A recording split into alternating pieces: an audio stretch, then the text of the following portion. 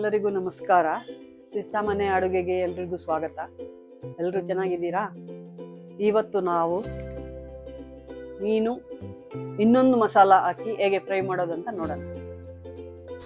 ಈಗ ಒಂದು ಬೌಲಿಗೆ 1.5 ಚಮಚದಷ್ಟು ಖಾರದ ಪುಡಿ, 2 ಚಮಚದಷ್ಟು ಧನಿಯಾ ಪುಡಿ, ಅರ್ಧ ಚಮಚದಷ್ಟು ಅರಿಶಿನ ಪುಡಿ ಹಾಗೂ 1 ಚಮಚ ಗರಂ ಮಸಾಲ ಹಾಕಿ 2 ಚಮಚ ಶುಂಠಿ ಬೆಳ್ಳುಳ್ಳಿ ಪೇಸ್ಟು, ಆಮೇಲೆ 2 ಚಮಚದಷ್ಟು ಕಬಾಬ್ ಪೌಡರ್ ಹಾಕಿ ಅರ್ಧ ಇಡೀ ಲಿಂಬೆಹಣ್ಣು, ರುಚಿಗೆ ತಕ್ಕಷ್ಟು ಉಪ್ಪು ಹಾಗೂ ಸ್ವಲ್ಪ ನೀರು ಬೆರೆಸ್ಕೊಂಡು ಇದಕ್ಕೆ ಚೆನ್ನಾಗಿ ಮಿಕ್ಸ್ ಮಾಡ್ಕೊಳ್ಳಿ.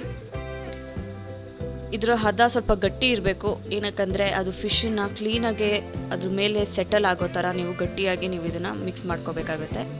ಈಗ ಇದಕ್ಕೆ ಫಿಶ್ ಆ್ಯಡ್ ಮಾಡಿಕೊಂಡು ಎಲ್ಲ ಕಡೆ ಸುತ್ತಲೂ ಇದಕ್ಕೆ ಫಿಶ್ಶಿಗೆ ಆ ಮಸಾಲಾನ ಹಚ್ಚಿ ಹಾಗೂ ಅರ್ಧದಿಂದ 1 ಅವರಷ್ಟು ಅದನ್ನು ಮ್ಯಾರಿನೇಟ್ ಮಾಡೋಕ್ಕಿಡಿ.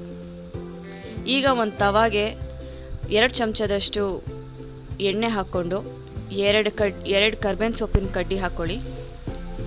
ಇವಾಗ ಇದು ಕಾದ ನಂತರ ಅದಕ್ಕೆ ಫಿಶ್ ಹಾಕ್ಕೊಳ್ಳಿ. ಈಗ ಇದನ್ನು ಚೆನ್ನಾಗಿ ಫ್ರೈ ಮಾಡ್ಕೊಳ್ಳಿ. ಗೋಲ್ಡನ್ ಬ್ರೌನ್ ಬರೋಷ್ಟು ನೀವು ಫ್ರೈ ಮಾಡ್ಕೋಬೇಕಾಗುತ್ತೆ. ಇಲ್ಲಿ ನಾವು ಡೀಪ್ ಫ್ರೈ ಮಾಡ್ತಿಲ್ಲ, ಅದ್ರ ಬದಲು ಶಾಲೋ ಫ್ರೈ ಮಾಡ್ತಾ ಇದ್ದೀವಿ. ನಾವಿಲ್ಲಿ ಉಪಯೋಗಿಸಿರೋ ಅಂಥ ಫಿಶ್ ಬಂದು ಶೀಲಾ ಅಂತ.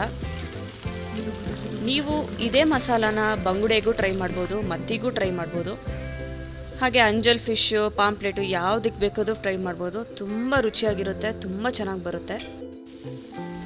ಆಹಾ, ನೋಡಿದ್ರ ಕಲರ್ ಹೆಂಗೆ ಬಂದಿದೆ ಅಂತ. ಇದು ಟೇಸ್ಟು ಸಹ ತುಂಬ ಚೆನ್ನಾಗಿತ್ತು. ಶೀಲಾ ಫಿಶ್ಶು ಸ್ವಲ್ಪ ಅಂಜಲ್ ಫಿಶ್ ಥರನೇ ಬರುತ್ತೆ ಟೇಸ್ಟ್ ವೈಸು.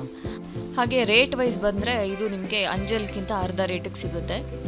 ಸೇಮ್ ಕ್ವಾಲಿಟೀಸ್ ಇರುತ್ತೆ, ಸೇಮ್ ಟೇಸ್ಟ್ ಇರುತ್ತೆ, ಆದರೂ ಪ್ರೈಸಲ್ಲಿ ಅಷ್ಟು ಡಿಫ್ರೆನ್ಸ್ ಬರುತ್ತೆ.